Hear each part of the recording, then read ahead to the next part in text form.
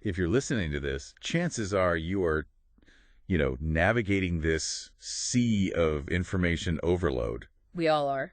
Exactly. And you're trying to figure out how to leverage intelligence systems, MI, AI, whatever you want to call it, effectively. And that's true whether you're in a major enterprise or, frankly, just trying to scale your own learning. All right. You want the shortcut to doing it well and managing the risk. And that strategic guidance is exactly what we've pulled from our source material for this deep dive. It is. And it starts with a pretty foundational shift in how you think about this. MI is not just a widget or, some API you plug in. It's not just a tool.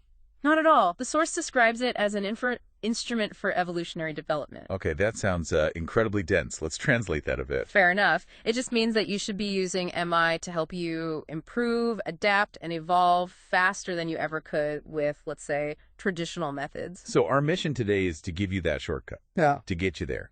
And it all seems to boil down to one core requirement. It does. For both successful integration and for confident leadership, it's effective risk management. That's the bottom line. What's really fascinating to me is that the source applies this guidance everywhere. It doesn't matter if you're leading a huge R&D division or just, running a small team of agents for your own research. Exactly. The source has this great line. It posits that all people are their own vertical market. I love that. You are the CEO of you. You are. And the same strategic rules apply. But here's where it gets, I think, surprisingly human-centric.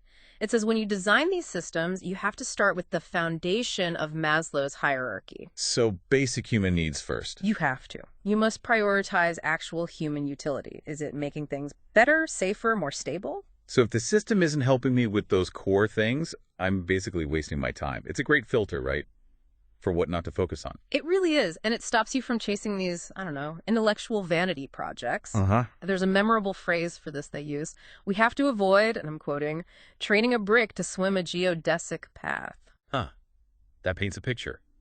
Stop trying to force a tool or a team or even yourself to do something it just fundamentally can't do. Exactly. If the foundation's not there, if the data is junk or the structure's wrong, the MI will just, perpetuate that failure, but faster.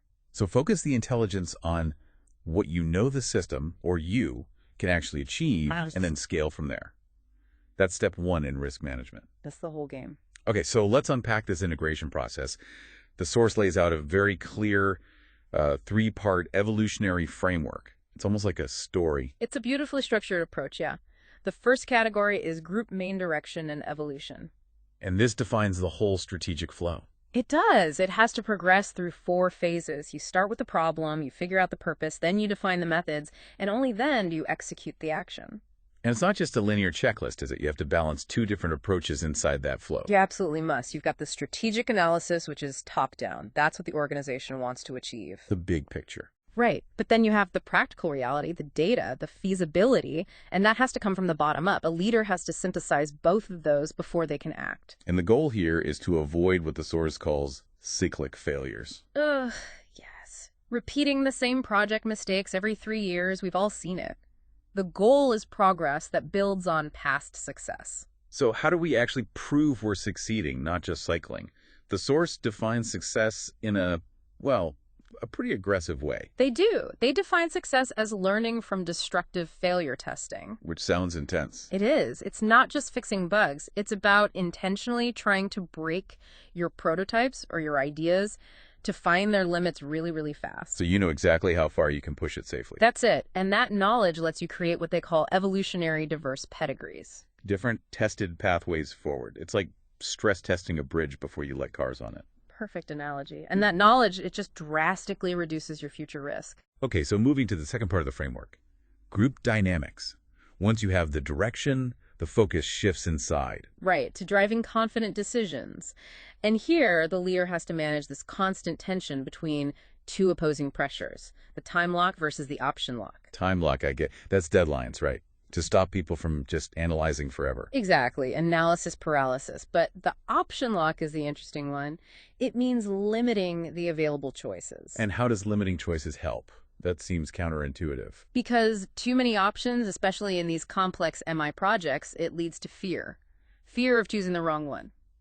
So the top-down analysis, it defines the universe of viable options, and the bottom-up research shows you the risk of each. So you combine the deadline with a limited pre-vetted set of paths. And you force a confident decision. You make the best, most risk-mitigated choice you can at that specific moment. Which brings us to the third category, the group leader.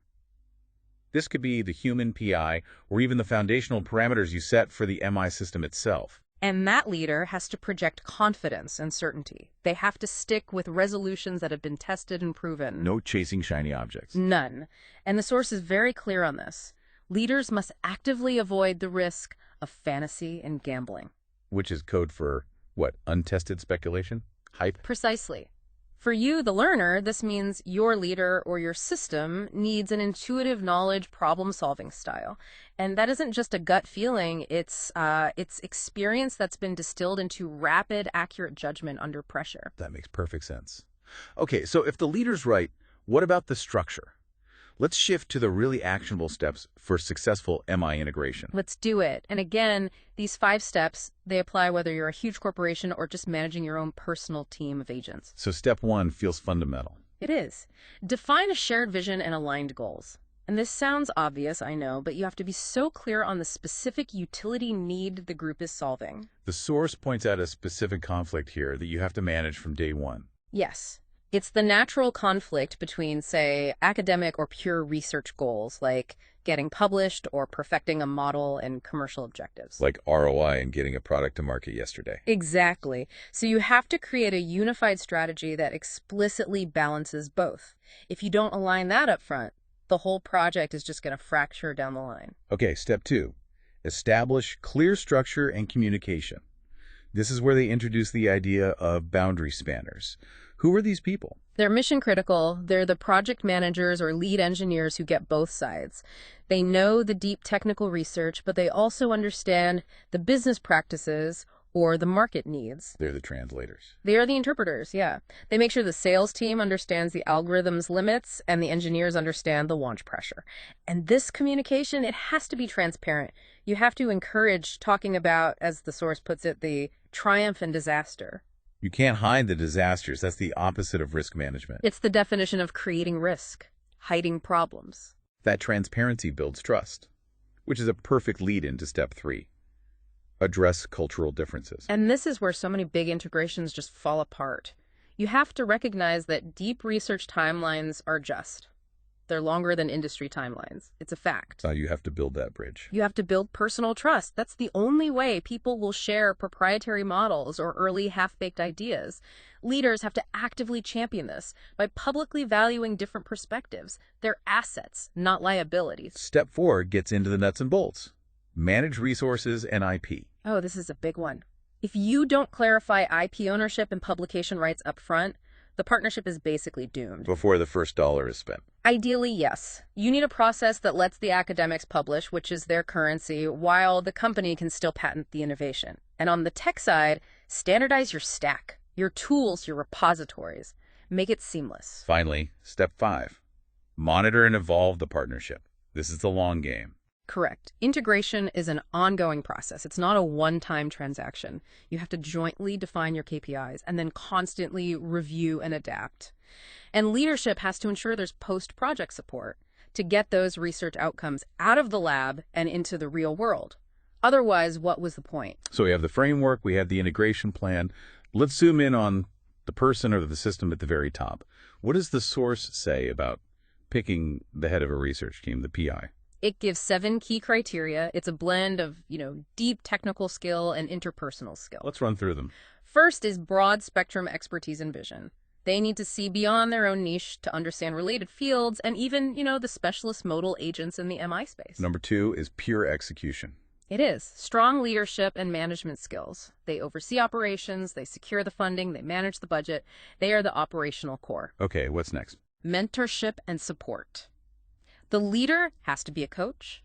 They have to help their team members publish, network, grow their careers, and that's followed by strong communication, which is about fostering inclusion and managing conflict, because conflict will happen. And what about that problem where you hire a big name, but they're never actually around?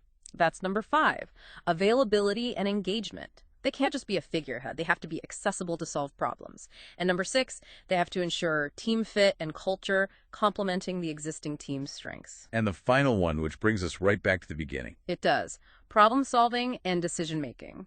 A high ability to prioritize and to create contingencies, your plan Bs, to mitigate risk. They have to make sound, timely decisions under incredible pressure. That's a huge list. I mean, finding one person who fits all 7 of those seems like a monumental task. How do you actually de-risk the hiring process? Well, the source has some excellent practical tips. First, do your due diligence. Heavy due diligence. Get confidential feedback from peers, former students, colleagues. Go beyond the interview. Way beyond. Those third-party insights, they give you the real story on their management style, especially in a crisis. And you need the current team to be on board, I assume. Absolutely. You have to involve the current team in the selection. It promotes buy-in. It makes the transition so much smoother. And to assess those soft skills, like conflict resolution, they recommend using behavioral interview questions. Specifically, the STAR method. Can you just quickly break down what STAR is for anyone who doesn't know? Sure. It's situation, task, action, result, and reflection. So you ask the candidate to describe a specific situation, the task they faced, the action they took, the result, and this is the crucial part, what they reflected on or learned from it. So it forces them to give you evidence, not just hypotheticals. That's it. It's practical gold. And maybe the most important tip, which ties right back to creating those evolutionary diverse pedigrees, is about unconscious bias. The warning is so clear. Actively avoid selecting a more of me version of yourself. Homogeneity in leadership, it just creates blind spots. Diversity is a massive asset for innovation and for mitigating risk. This has been a really fascinating deep dive. It's framed by this profound idea that machine intelligence is at the forefront of planetary evolution. It really is. And it requires an intelligent, risk-averse approach for the well-being of everyone. And that leads right to the source's ultimate conclusion, doesn't it? It does. It argues that the only responsible path for MI integration has to focus squarely on fulfilling basic needs and utility for the widest possible population.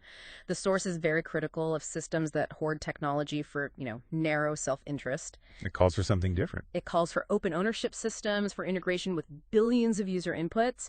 And we're already seeing that these open systems are showing a huge leap in progress compared to the old closed models. This idea creates the potential for a broad spectrum democracy of intelligence, contented, diverse choice. It's a very high-stakes vision for how we manage knowledge and technology from here on out. Which brings it all back to you, the listener. This isn't just for big companies. This strategic planning applies directly to your own learning, your own professional development. And the source leaves us with a truly provocative thought. It recommends the establishment of a center of superintelligence. Developed by unbiased, capable hands operating outside of commercial or political control, something that runs alongside an organization like CERN. So if the future of our evolution depends on an intelligent system like that, one that's focused purely on utility and risk management, then the question for you is, how do you ensure your personal integration of MI aligns with that? With creating diverse pedigrees in your own knowledge and focusing on the greatest utility need for your own well-being. Something to think about. Think about that question and how you apply these ideas of strategic planning and risk management in your own life. Until next time, keep digging.